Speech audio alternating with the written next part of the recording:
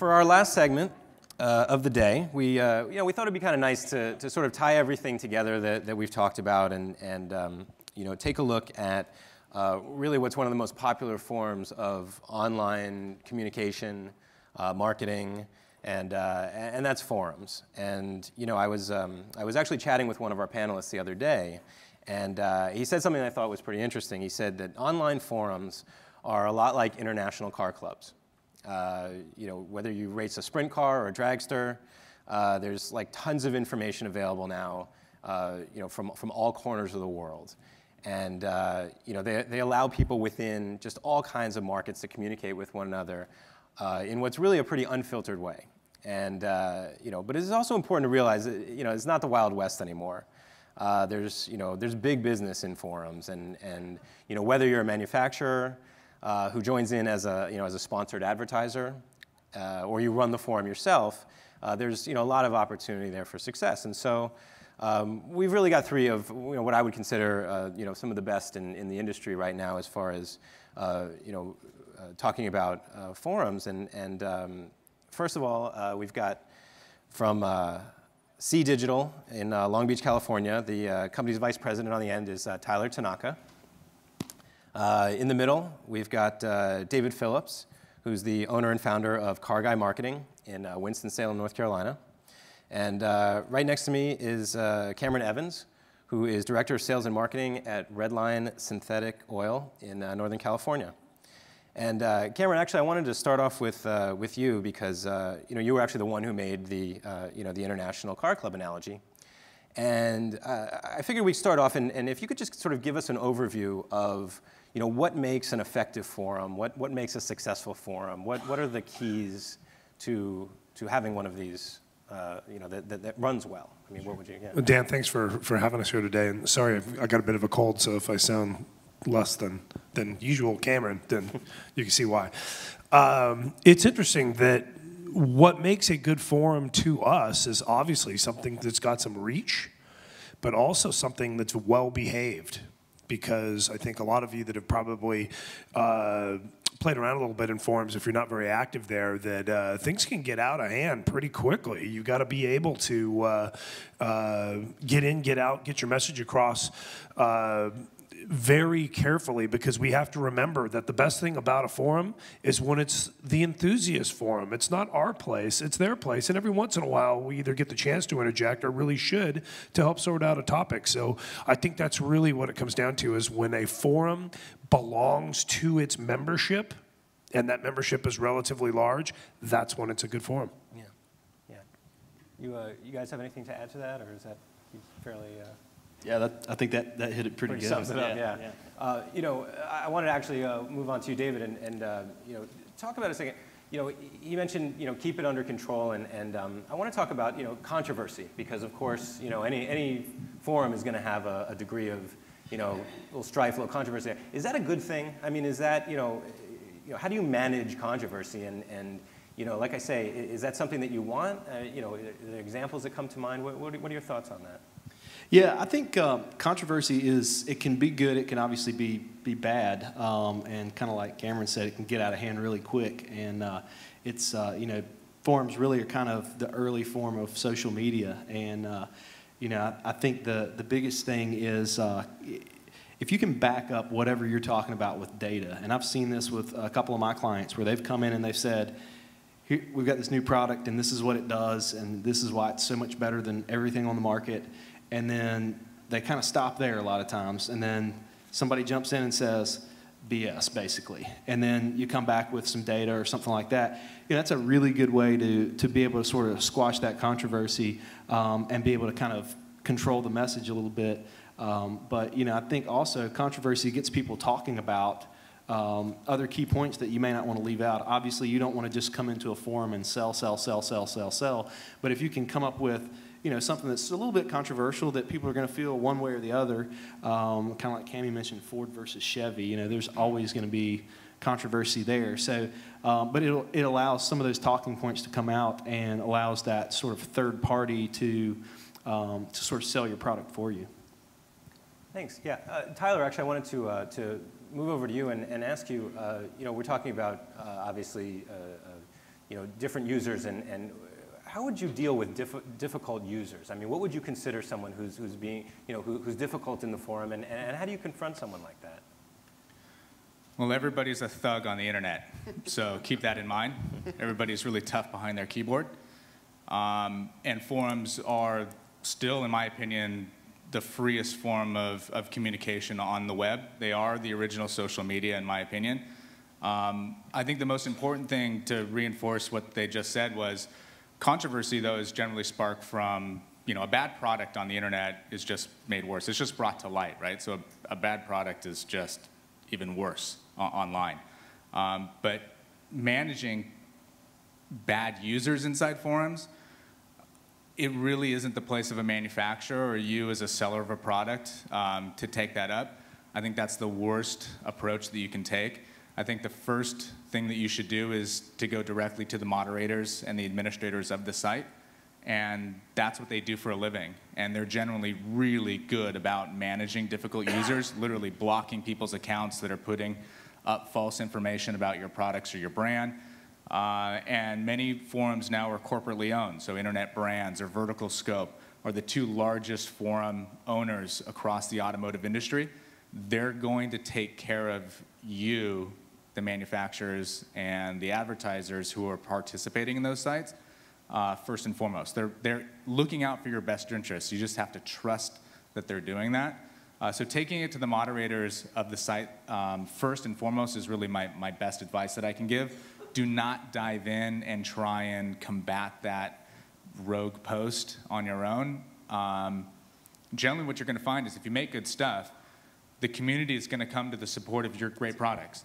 And they're going to support you, and they're going to make sure that your voice is told and heard throughout the community. If you just dive right in as manufacturer, it's generally not, it's not the right approach. So some sites are unmoderated, as Cameron was mentioning earlier. Yellow Bullet comes to mind, if you've ever been to that site. It is the Wild West. Everybody has a gun. Everybody's packing heat in that forum. It's something to be aware of. Search out the sites that are going to do you the best justice, and I think you're going to avoid those controversies and avoid those problem users. Yeah. Cameron, I want to bring it back to you for a minute. As a manufacturer, do you have a plan, or do you need to have a plan for damage control? If there is something that's said that's either not true or damaging to your brand or your product or whatever it is, is that something that you need to develop or that you need to sort of already have, in the pipeline? Yeah, you certainly need to have an idea on it. One thing that we've always done is that participation in the forums from an advertising standpoint, we know that you're not going to get a lot of click rate. There's a nice bit of branding by it, but what you're really doing is by spending that dollar on that banner is having an official relationship with those moderators so that when a problem comes up, you're not just some random company that saw that there's a problem on a forum and you're introducing yourself for your first time. So a lot of times, just like it used to be in print where the reason you were advertising was to get editorial, a lot of times the reasons that folks are advertising in certain forums or with certain groups of forums is to make sure that they've got that access. Now, as like Tyler said, boy, you can get yourself in a lot of problems or a lot of trouble by starting to participate in these threads. That plan for damage control, something that we've done at Redline, is keep reading, keep listening, figure it out before you would ever make any kind of post. One thing that you'll end up finding when you're trying to do damage control is figure out who the personalities are in these forums. Who are the good guys and who are the bad guys? Read what they have to say. So if you do have to post something that is the technical merit of your product, that basically you're going to be able to stop the fight that all these other great guys on this forum really wish that this guy could have been taken out before. A lot of times you can really get with a single straightforward post and then, hey guys, love your forum, but we are out of here. It's all yours. We just wanted to make sure you knew how this physically works, and then you go back and sort it out yourself. We've done that in a lot of cases. In fact, one of those cases, just to let you know, a damage control thing, 6-speed Mustang boxes from Ford. Borderline going to be recalled. Everyone's got a question. Start putting unauthorized gear oils in these things. That's how we went about it, is we solved the problem by getting good messages in there and then getting the heck out. That is a great plan for damage plan. Think and read and learn before you make any kind of reaction. Yeah, no, I think that's great. Actually, David, I was going to send it over to you. I remember that you actually had sent me a great post that you put up not too long ago. It was seven steps to forums, and I remember one of them was don't always be selling. And I want you to talk a little bit about that. And as a manufacturer, I'm a sponsored advertiser. I'm a member of a forum like that.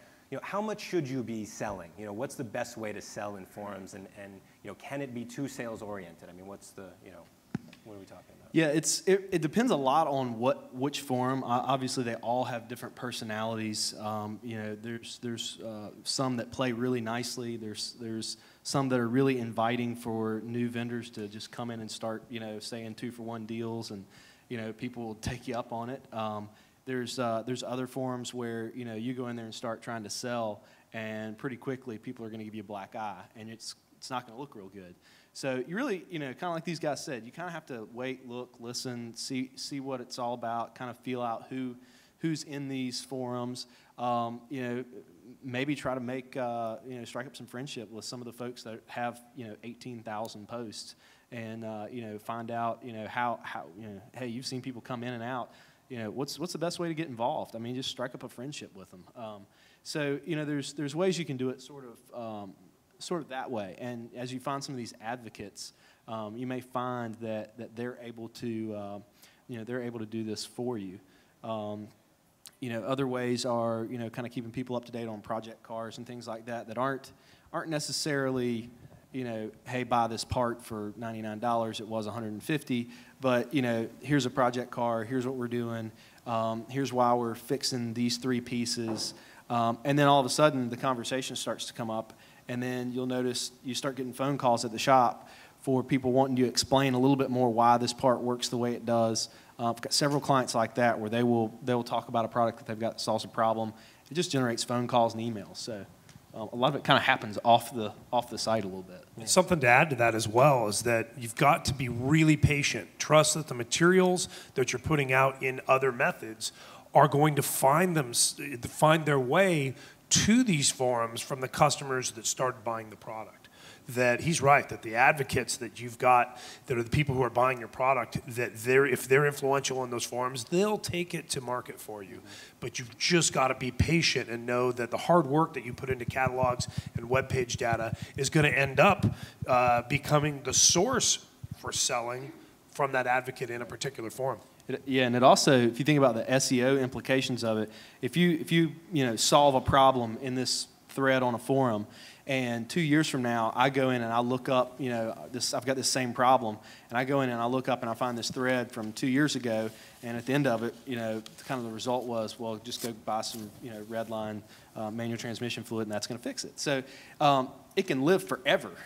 It can live for a long time. So the benefit of using keywords and things like that, thinking about what you do before you just go and type it out and do it. So yeah, and the posts will actually get archived, by the way. So if the site owners will archive the best posts and set them aside in a special place so that if a thread solves a problem or talks about a product or is referenced most on their searches, it'll always be pushed to the forefront by the forum owner because they want those page views to be referenced over and over and over again. So if you do get involved and you do provide a solution from a site owner, they're going to make sure that that content gets found. Yeah. We talked earlier about gauging the personalities of forums, and Tyler, I wanted to ask you about this because I know you've got a ton of experience in this. How do you do that? I mean, how do you sort of gather what this forum's all about, and how do you avoid sort of hovering over the forum community and becoming a little maybe a little oppressive or a little bit too much of a presence? Well, first I'd like to stress that I'm a personal believer in forums. I think they are the water cooler of the web. It's where buying decisions are taking place inside those communities. I'm telling you what I had for breakfast on Facebook and Twitter, but I'm actually asking you a question about a transmission inside 6Speed Online or fastforwards.com or whatever forum you're interested in.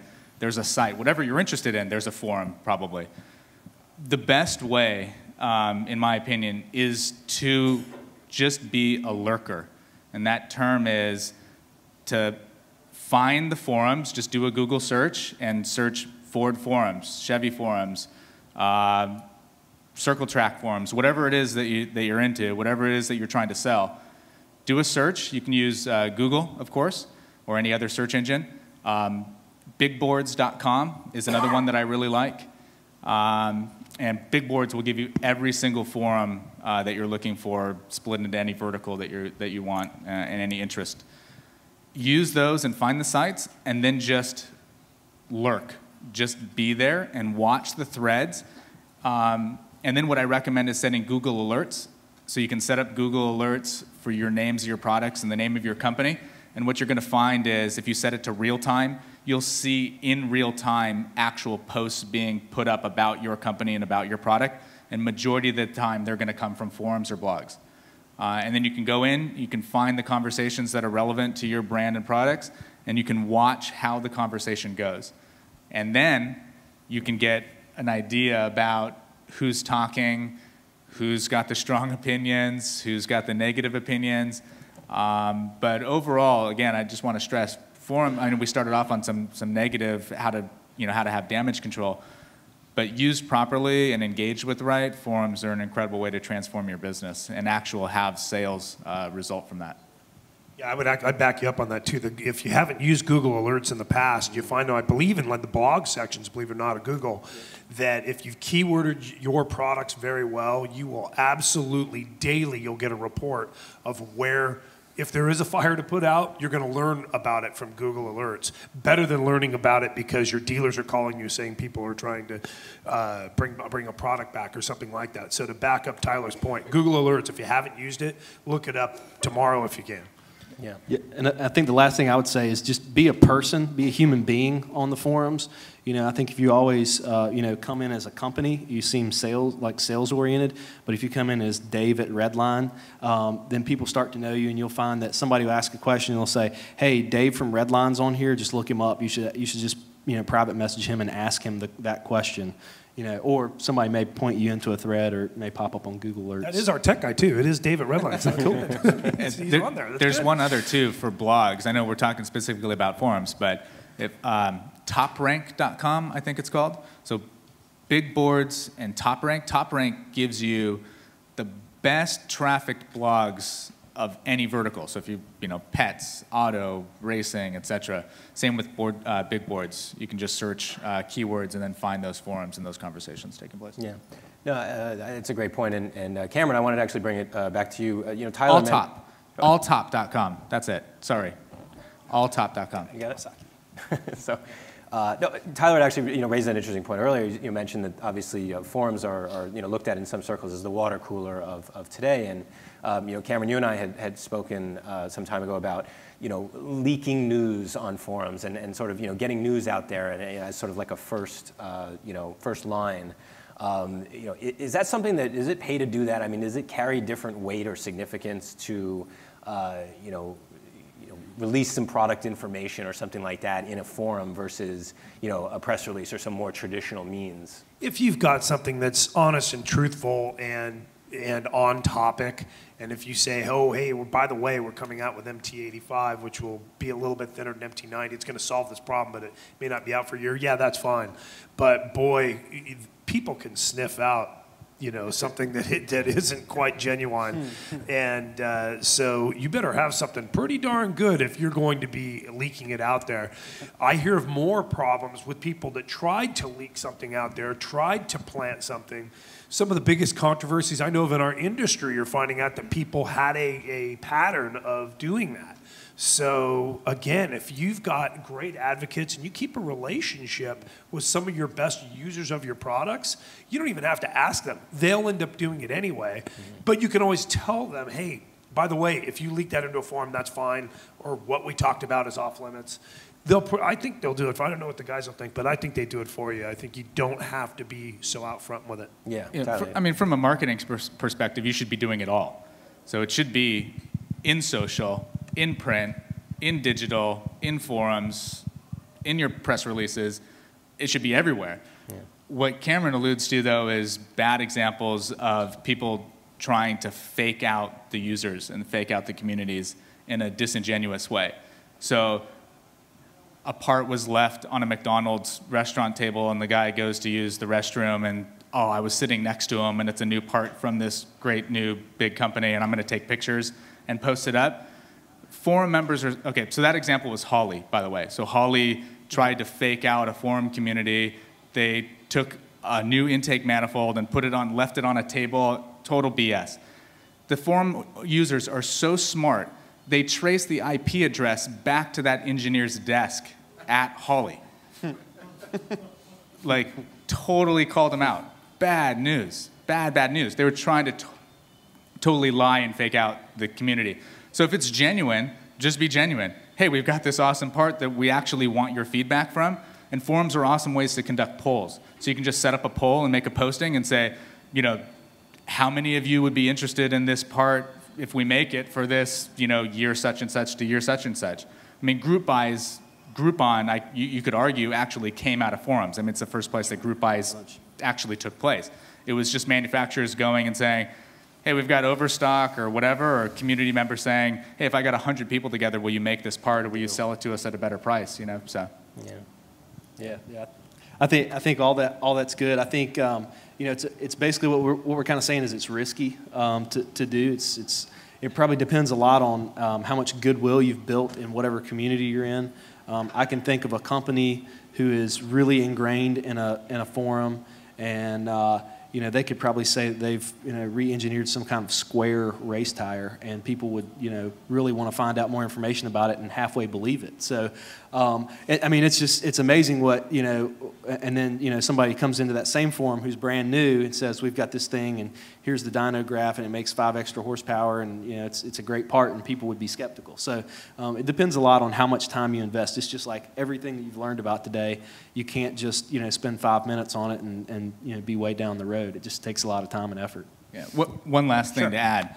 The way that we did it as a manufacturer is we actually just found a local community member, a forum member that lived nearby, and we actually invited him to our facility, and we let him take all the pictures.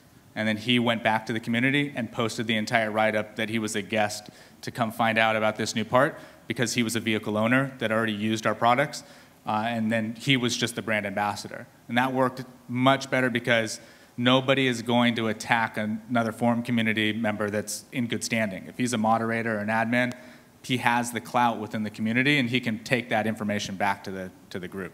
Yeah, we've done the same many times. It does work, and it's not a matter of not having the blood on your hands. It's a matter of literally reaching out to people who use your product, inviting them over to play with it. Right. Next thing you know, it's out there.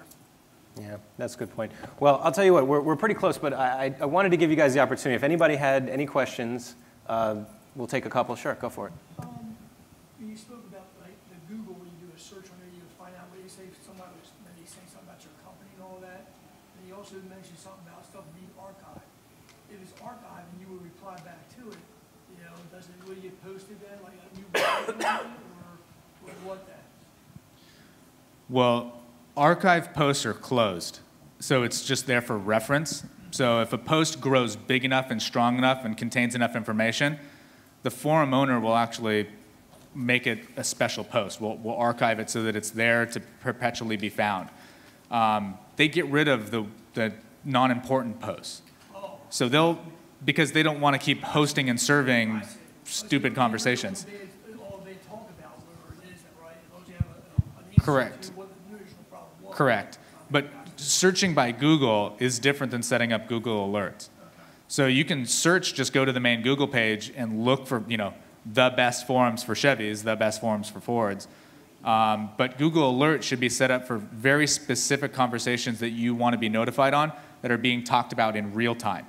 So they'll alert you that somebody actually wrote a forum post that said, I'm talking about your product right now, and I have either good things to say about it or not good things to say about it. And you'll know.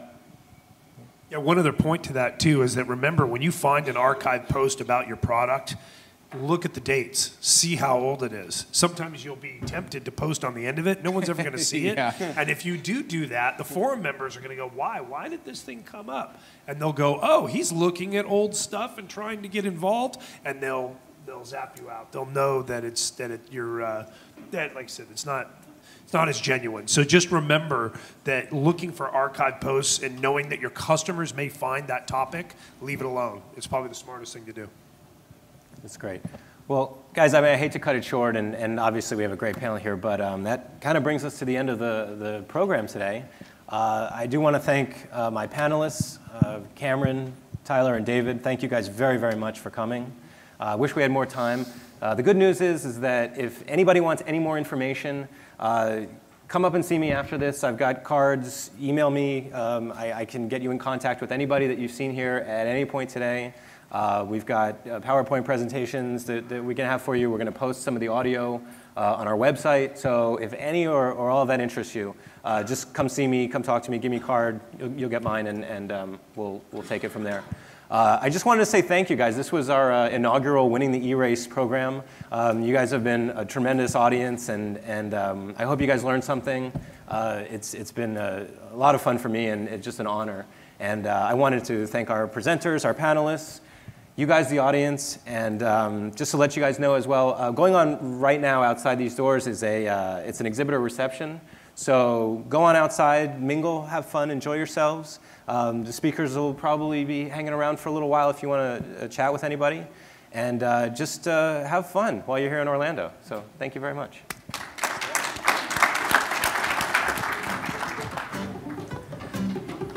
You were awesome.